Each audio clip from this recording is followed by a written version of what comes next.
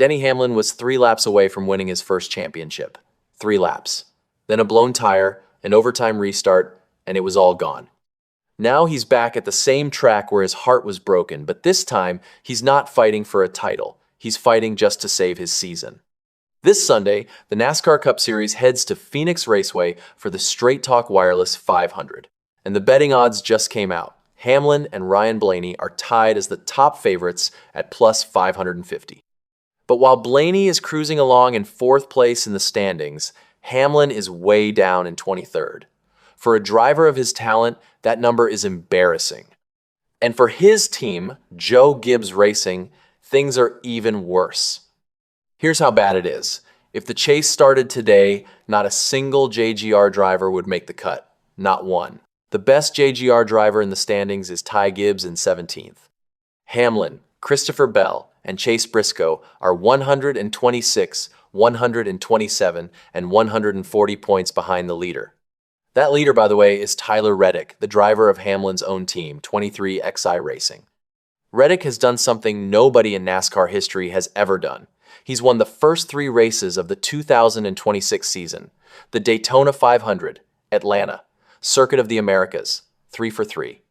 And the wild part? Last year, he went the entire season without winning a single race. Now he can't lose. Reddick's crew chief Billy Scott talked about what's behind this hot streak. He said it comes down to just a natural ability and just being in a good place. Scott said Reddick has put in serious work on both the driving side and the mental side, and it shows. Reddick leads the standings with 186 points, already 70 ahead of everyone else. Under NASCAR's new chase format, where the top 16 inches points after 26 races make the postseason, that lead could become untouchable. So Hamlin, the team owner, is thriving, but Hamlin, the driver, is in trouble, and going back to Phoenix makes it all more painful. Last November, Hamlin dominated the championship race at this same track. He started on the pole, he led 208 out of 319 laps. He set the fastest lap. With 3 laps left, he was about 40 seconds from finally winning his first Cup title after 20 years of trying. Then William Byron blew a tire and hit the wall. The caution came out. Hamlin's crew chief, Chris Gale, called for 4 fresh tires, but Kyle Larson and others only took 2. When the green flag dropped for overtime, Hamlin restarted 11th. Larson, who never led a single lap all day, was in a much better spot.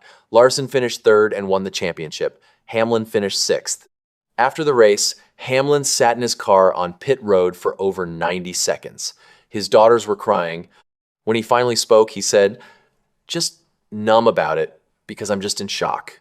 That's about it." Larson, the guy who won, admitted he felt awkward.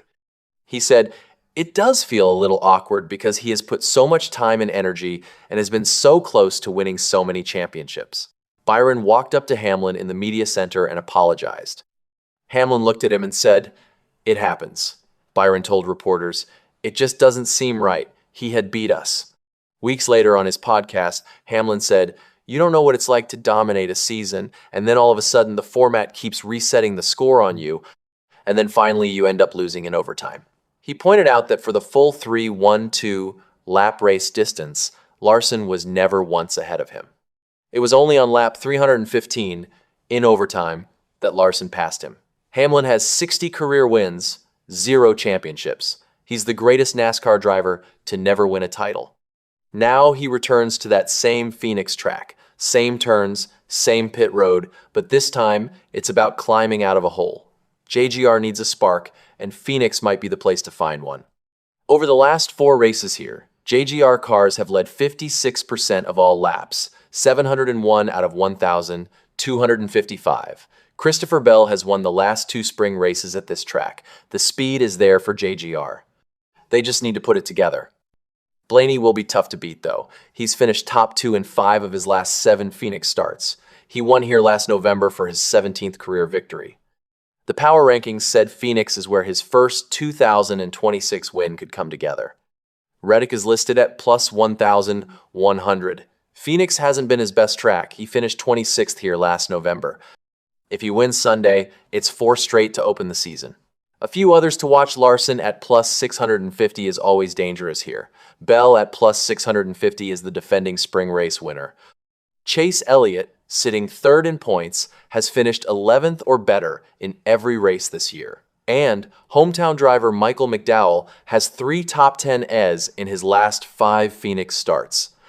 The standings look completely upside down right now. Hendrick only has Elliott in the top 10, Larson is 15th, Bowman is 36th. Something has to change, and Phoenix, the first normal oval race of the year, might be where it starts. 4 months after the worst night of his career, Denny Hamlin returns to Phoenix with everything on the line.